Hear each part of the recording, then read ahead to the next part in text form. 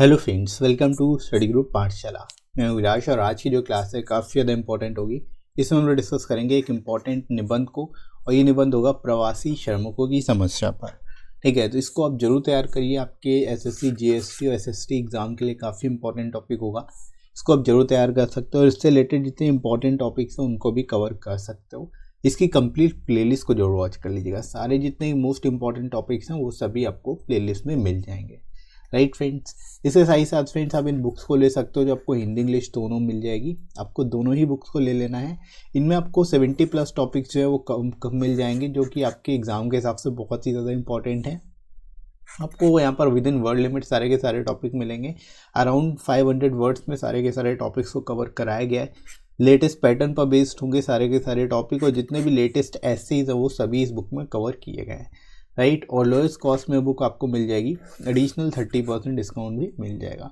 तो डिस्क्रिप्शन में दोस्तों लिंक दिया गया है, वहाँ से जाके आप डिस्काउंटेड रेट से इन बुक्स को ले सकते हो अपने एग्जाम के हिसाब से। राइट फ्रेंड्स, जीएसटी के लिए या फिर एसएसटी। राइट दोस्तों, तो चलिए शुरुआत करते हैं आज की क्लास। Let's start. शुरुआत दोस्तों हम लोग यहाँ पे करेंगे इंट्रोडक्शन से। कैसे इस टॉपिक को एक्सप्लेन करना है देख लेते हैं। तो आप शुरुआत कर सकते हो कि एक प्रवासी मजदूर वह व्यक्ति होता है जो या तो अपने देश के भीतर या इसके बाहर काम करने के लिए पलायन करता है। मतलब प्रवासी मजदूर कौन होगा? जो कि अपने देश के अंदर या फिर अपने देश से बाहर जाके काम करता है, उसको हम लोग प्रवासी मजदूर बोलते हैं। ठीक है, प्रवासी श्रमिक आमतौर पर उस देश या क्षेत्र में स्थायी रूप से रहने का इरादा नहीं रखते जिसमें वे काम करते हैं। मतलब जहाँ पे ये काम करते हैं वहाँ पे ये परमानेंटली नहीं रहते। इनके काम के हिसाब से इनका रेजिडेंस भी चेंज होता रहता है। राइट, यहाँ पर बता सकते हो इनका मेन जो पर्पज़ होता है वो काम का ही होता है। जब तक काम करते हैं तब तक वहाँ रहते हैं, जब काम नहीं होता तो ये वापस आ जाते हैं। राइट, इस तरह से इनका चलता है। ठीक है दोस्तों, कोरोना वायरस महामारी के दौरान भारतीय प्रवासी श्रमिकों को कई कठिनाइयों का सामना करना पड़ा है। अब आप यहाँ पर बता सकते हो कि कोविड-19 के दौरान जो है ये जो भारतीय प्रवासी मजदूर हैं उनको कई सारी कठिनाइयों का सामना करना पड़ा। ठीक है, जैसे कि आप बताएंगे आगे कि करके कौन कौन सी चीज़ें यहाँ पर उनको प्रॉब्लम्स हुई हैं। अब इसके बाद आगे लिख सकते हैं, प्रधानमंत्री नरेंद्र मोदी जी ने 24 मार्च को देश भर में लॉकडाउन की घोषणा की थी। ठीक है, लॉकडाउन की घोषणा कब हुई थी? 24 मार्च को हुई थी। ठीक है, हालांकि ऑफिशियली 24 मार्च को हुई थी, 22 मार्च को ही शुरुआत में इनिशियल लेवल पे घोषणा कर दी गई थी, लेकिन प्रॉपर तरीके से 24 मार्च को लॉन्ग टर्म के लिए की गई थी। ठीक है, तो यहाँ पर आप बता सकते हो लॉकडाउन के कारण सभी कारखाने और कार्यस्थलों को बंद कर दिया गया, जिससे लाखों प्रवासी मजदूर बेरोजगार हो गए और उन्हें भोजन की कमी और अनिश्चितता का सामना करना पड़ा। ठीक है, तो जैसे ही लॉकडाउन लगा उसके बाद जितने भी कारखाने थे और जो कार्यस्थल था यानी जो वर्क प्लेस थे वो सभी बंद हो चुके थे, जिसकी वजह से फिर लाखों मजदूरों को क्या है बेरोजगार हो गए और फिर उन्हें कई सारी तरह की दिक्कतों का सामना करना पड़ा, जैसे भोजन की कमी और अनिश्चितता का सामना करना पड़ा, क्योंकि अब उनको पता नहीं था कि ये लॉकडाउन कितने समय तक चलना है। ठीक है, तो इस तरह की सिचुएशन जो है देखने को मिली। राइट दोस्तों, तो यहाँ पर आप इस तरह से इसके बारे में बता सकते हो, शुरुआत कर सकते हो। आगे दोस्तों मूव करते हैं हम लोग बॉडी सेक्शन में कि देश भर में बड़े शहरों से हजारों की संख्या में प्रवासी मजदूरों को पलायन करना पड़ा। ठीक है, अब जब उनके पास रहने के साधन नहीं थे, खाने पीने के साधन नहीं थे, अनिश्चितता का सामना करना पड़ रहा था, तो अब ऐसे में उनके पास केवल एक ही रास्ता बचा कि वो वापस से अपने जहाँ पर भी जो भी उनका जहाँ पे वो रहते हैं अपने गांव में अपने क्षेत्र में पैदल ही जाने को मजबूर हो गए। ठीक है, प्रवासी मजदूर भुखमरी के डर से अपने परिवार के साथ सैकड़ों किलोमीटर पैदल चलने को मजबूर हुए, जिनमें बुजुर्ग, बच्चे, महिलाएं और दिव्यांग भी शामिल थे। ठीक है, यहाँ पर आप बता सकते हो कि क्योंकि भुखमरी के डर से, क्योंकि उनके पास रोजगार के साधन नहीं थे तो पैसा नहीं था, तो ऐसे में वे अपने परिवार को कैसे अपने साथ रख पाते, इस वजह से अपने जो भी जहाँ पर वे रहते हैं, मतलब जहाँ उनका गांव है या जो भी क्षेत्र में वे रहने वाले हैं वहाँ को जाने को मजबूर हो गए इस वजह से, और फिर वो पैदल ही रवाना हो गए वहाँ से। ठीक है, और इनमें जो है बुजुर्ग, बच्चे, महिलाएं, दिव्यांग हर तरह के व्यक्ति शामिल थे। राइट, बाद में सरकार ने उनकी मदद के लिए कई उपाय किए और उनके लिए परिवहन की व्यवस्था भी की। ठीक है। यहाँ पर आप बता सकते हो कि शुरुआत में तो काफ़ी ज़्यादा प्रॉब्लम हुई। जब ये बात तेज़ी से फैली तो सरकार ने उनकी मदद करने के लिए कई उपाय किए, और उनमें से कई ऐसे भी उपाय थे, मतलब परिवहन के साधन उनको प्रोवाइड कराए गए, रेलें चलाई गई, ट्रेन चलाई गई, और जो है बसें चलाई गई स्पेशली श्रमिकों के लिए। ठीक है, तो यहाँ पर आप इस तरह से बता सकते हो गवर्नमेंट ने क्या बेसिकली सहायता की, वो भी बता सकते हो, राइट। इसके बाद देखो, सरकार ने प्रवासी मजदूरों की स्थिति सुधारने के लिए गरीब कल्याण रोजगार अभियान की शुरुआत की, जिसे 6 राज्यों बिहार, मध्य प्रदेश, उत्तर प्रदेश, राजस्थान, झारखंड, उड़ीसा के 116 जिलों के 125 दिनों के लिए एक मिशन मोड पर लागू किया गया। ठीक है, अभी इस योजना को क्यों शुरू किया गया? क्योंकि सरकार को पता था कि जो प्रवासी मजदूर अपने अपने घर लौटे हैं, उनके पास जो है रोजगार के कोई साधन नहीं है। तो रोजगार के साधन ना होने की वजह से उनके पास बहुत सारी समस्याएं हैं।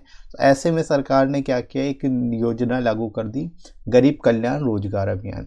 इससे को स्पेशली 6 राज्यों में, उन राज्यों में लागू किया गया जहां से सबसे ज़्यादा प्रवासी मजदूर आते हैं। ठीक है, मतलब इन जिलों से, इन राज्यों से सबसे ज़्यादा प्रवासी मजदूर बड़े शहरों में आते हैं, जैसे कि बिहार, मध्य प्रदेश, उत्तर प्रदेश, राजस्थान, झारखंड, उड़ीसा। ये ऐसे 6 राज्य हैं जहाँ पर सबसे ज़्यादा प्रवासी मजदूर, यहाँ पे सबसे ज़्यादा पलायन होता है। ठीक है, तो यहाँ पर आप बता सकते हो इसके 116 जिलों में जो है इसको इस अभियान को लागू किया गया, और 125 दिनों के लिए इसको एक मिशन मोड पर लागू किया गया, ताकि जितने भी प्रवासी मजदूर हैं उनकी समस्याओं को कम किया जा सके, उनको एम्प्लॉयमेंट अपॉर्चुनिटीज़ प्रोवाइड की जा सके, राइट। तो इस तरह से दोस्तों आप यहाँ पर लिख सकते हो इन चीज़ों को बताते हुए। आगे दोस्तों मूव करते हैं। सरकार ने पहले से ही प्रवासी श्रमिकों और उनके परिवार के सदस्यों को पीडीएस लाभ का उपयोग करने में सक्षम बनाने के लिए one nation one ration card जैसी योजनाओं की घोषणा की है। आप यहाँ पर बता सकते हो सरकार ने पहले से ही कई सारी योजनाएं लागू कर रखी थी, जिनमें से एक योजना है one nation one ration card, जिसके थ्रू जो है सभी जितने भी गरीब लोग हैं उन और श्रमिक जो हैं उन सभी के परिवारों को जो है बिल्कुल बहुत ही कम दाम पर राशन उपलब्ध होता है।